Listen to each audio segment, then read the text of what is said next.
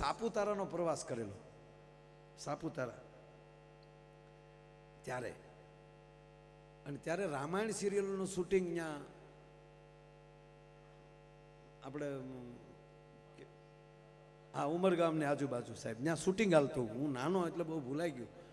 એ shooting હાલતું. તમારા સાહેબોએ ત્યાં શેડા કર્યા કે શૂટિંગ જોવું છે. તો એ લોકોએ હા પાડી રામાનંદ સાગરે, કારણ કે એને રીસ વાંદરા ઘટતા હતા. હા અમારો અમલો ને બધા છે એમાં બનેલા હતા, ખોટી વાત ના કહેતો. હામા પક્ષમાં એક બે સાહેબ ગયેલા છે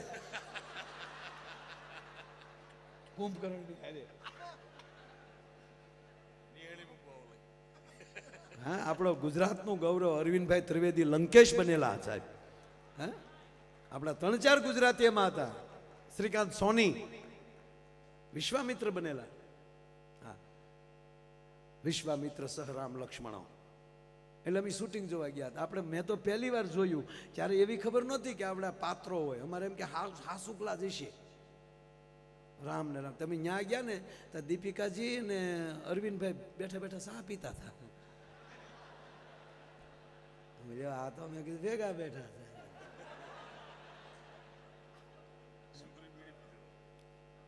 ઘણું છું. અરે કમંડળમાં સાહેબ, વિશ્વામિત્રના કમંડળમાં તે એટલે ટૂંકમાં એ જે આપણા શ્રીકાંતભાઈ સોની, શ્રીકાંતભાઈ સોની એમાં બીડિયું બાકસ નહીં રાખે. જોયેલું મને યાદ છે, કારણ કે પહેલું જોયું એ ભૂલાય નહીં. પણ આપ બધાને ખબર છે કે જે શૂટિંગ હાલતું હોય ત્યારે ડબિંગ ન હોય, અને એ વાતો થતી હોય એ કે ડબિંગ ન થતી હોય. એ તો પછી ડબિંગ પછી કરવાનું હોય ને, એ ઓલા મ્યુઝિક ઉપર હાલતું હોય. તો એ બધું હાલતું હતું. મેં પહેલી વાર શૂટિંગ જોઈ, આમાં લડતા હતા ને બધા, પાછા વાતો કરતા જાય કે તમે કેટલા ભાઈઓ હતા, કે અમે 4 ભાઈઓ. ધંધો શું કરો છો, તક 2 રાક્ષસ થયા 2 વાંદરા થયા. પગાર શું છે, કે રોજના 150-150 રૂપિયા નક્કી કર્યા છે. અને રામાનંદ સાગર એમ કહેતા હતા કે જે જો 2-5 દી વધશે તો પાછા 50-50 રૂપિયા વધારે દે. જમવાનું તો કે જનરલ રસોડે જમી લઈને ગાટલા નાખીને હોઈ જાય છે. એ કે તારી પાસે માણેક ચંદ કે માવો કાંઈ છે, કે મારી પાસે કાંઈ નથી. તો હું દોડ્યા આવો ગુજરાતી બેંકમાં ગયો યાર.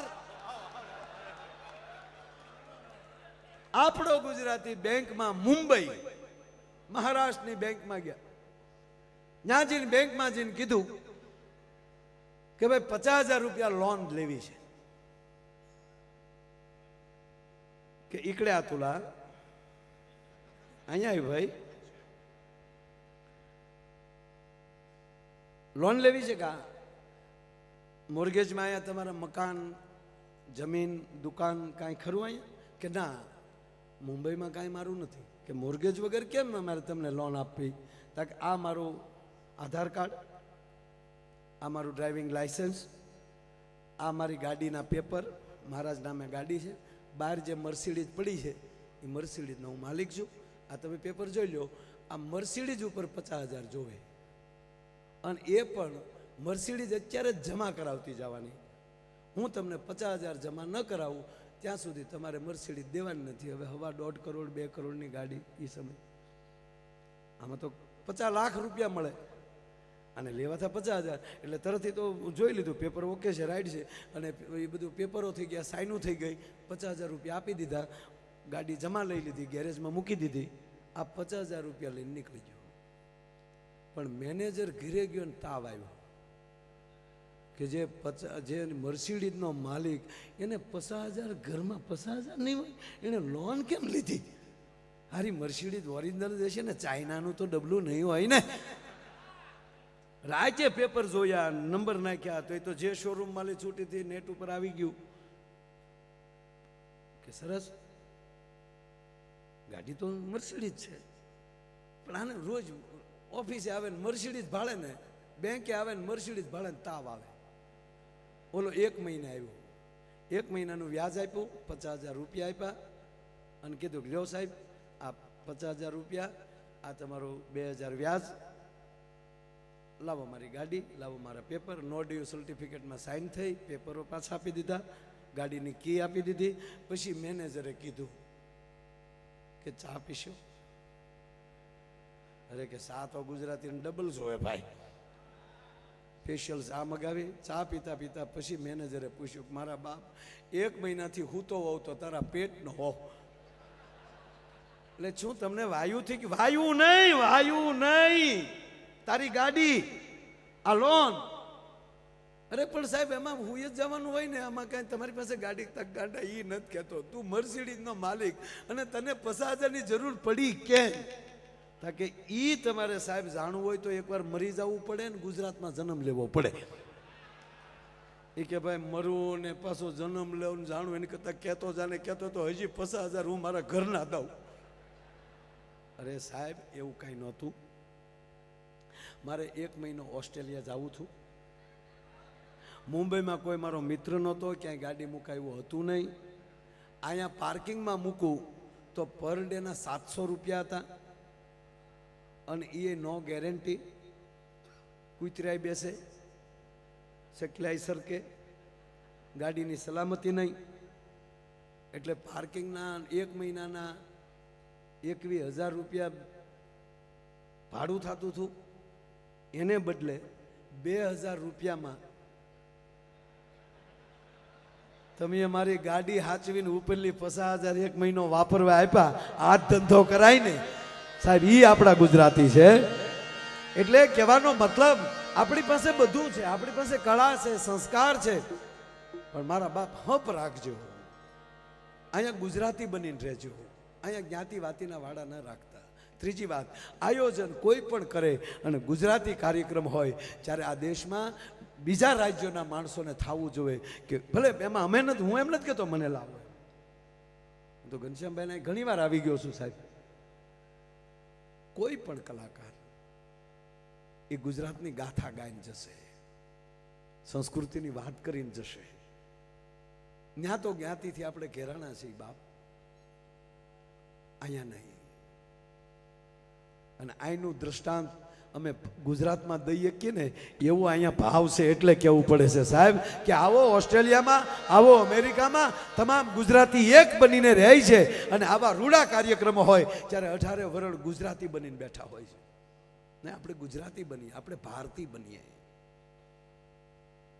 આ દેશના રખોપા કરીએ, જેમાં કમાઈએ છીએ એમાં આપો. એ આંબાને ખૂબ ખાતર નાખો પણ ફળ મોકલો તમ તાર ન્યા.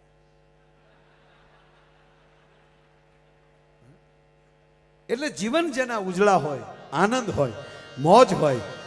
અને છેલ્લી વાત કહું, સમજણ આવી જાય ને તો જીવન જીવવાની મજા આવે.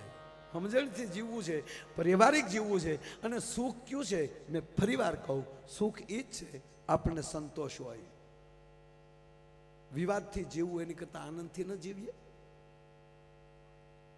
પણ અંદરો અંદર અહંકાર, ઘરનાને એમ થાય કે મારું ઘરમાં હાલવું જોઈએ, ઓલાને એમ થાય કે મારું હાલવું જોવે, બીજાને એમ થાય કે મને ટોકવા ન જોવે. ના, જેટલું ઈશ્વરે હમણાં કીર્તિભાઈ કીધું એમ કે લખ્યા ફરવાના નથી, પણ દાખલા તરીકે ભાગ્યમાં લખ્યું હોય કે તું ડ્રાઈવર થવાનો છો, એટલું જ લખ્યું હોય તો ડ્રાઈવર એ નહીં કહેવાય ઘરની મર્સિડીઝ લઈને આટા મારો તો. જીવન સુધારવાનું આપણે છે, લેખની માથે મેઘ નહીં પડે, પણ હેતુ ફેર 110% થઈ જાય. આપણા ભાગમાં અમારું લખ્યું છે ને અહીંયા આવવાનું, નહીતર હાવ અભણ માણા હું યાર.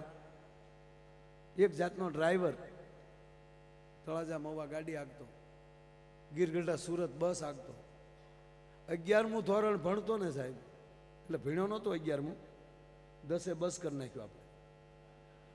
પણ 10મું પૂરું કરી અને સીધો સાહેબ હું ડ્રાઈવર થયો. હવે તમે કલ્પના કરો કે 11મા ધોરણનો વિદ્યાર્થી, એની ઉંમર કેટલી હોય, છતાં હું ગીરગઢડાથી સુરત આખી રાત બસ હાંકીને જાતો. એટલું નહીં, પેસેન્જર કહેતા કે આ છોકરો. અને 6 મહિનાની અંદર સાહેબ એવું નામ થયું હતું કે બુકિંગ કરાવવા આવે ને તેમ કહેતા કે માયાભાઈ જે ગાડીમાં હોય એમાં બુકિંગ આપજો.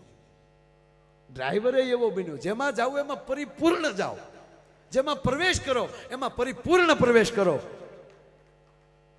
બાકી નિમિત્ત જ્યાં હશે ત્યાં જવાનું છે, મોજથી જાય, આનંદથી જાય. અમે કીર્તિભાઈ જેલમાં ગયા હતા એકવાર, એટલે પ્રોગ્રામ દેવા એકવારની જેલમાં કેટલી વાર ગયા આપણે, વગર જામીને બહાર નીકળવું. એટલે તે જેલમાં પ્રોગ્રામમાં ગયા ને તો અમે કીધું ને કે અહીંયા લાગે ગુજરાત એમ અમે અહીં બેસી જઈએ ને એટલે પૂર્ણતાથી પ્રવેશ કરી જાય પછી અમને ખબર ન રહે અમે ક્યાં છીએ. તે મારે જેલમાં કહેવાય ગયું મિત્રો એવી પવિત્ર જગ્યાએ મળ્યા છીએ. ઓલા કેદી કતરાણા કા કોણ લાવ્યું આને, મને થયું ગોથું ખવાઈ ગયું. મેં પણ હવે ગઈ તો ગઈ ગાડી.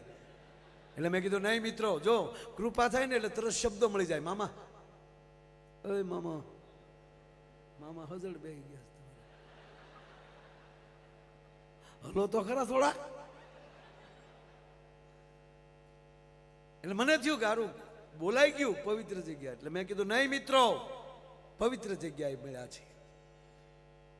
જેલ એટલે ભગવાન કૃષ્ણની જન્મભૂમિ. એવી જેલમાં આજે ભગવાન કૃષ્ણ જ્યાં જેલમાં જન્મ્યા છે, ભગવાન કૃષ્ણની યાદી થાય એવી જેલમાં જ્યારે પ્રોગ્રામ છે, બધાય તાળીઓ પાડી. પણ એકથી ન રહેવાનું. એ ઊભો થઈને મને કે હવે જ થાય હો. મેં કીધું કાં? મને કે કૃષ્ણ જન્મતા વેદ ટોપલામાં વયા ગયા હતા અને અમને 15 વર્ષથી જામીન નથી મળતા અહીંયા સાહેબ. પણ જીવન જેના હસમુખા હોય, આનંદી હોય અને આનંદ કરતા કરતા જીવીએ અને જેની સાથે બેસીએ ભાવ અને પ્રેમથી જીવીએ, એકાબીજીને મદદરૂપ બનીએ. અહીંયા કોઈ આવ્યો હોય, કોઈ અટવાણો હોય, એના સાથી બનીએ, એને માર્ગદર્શન આપીએ, આપણો સમજી આપણી સાથે રાખીએ. આવા હેતુ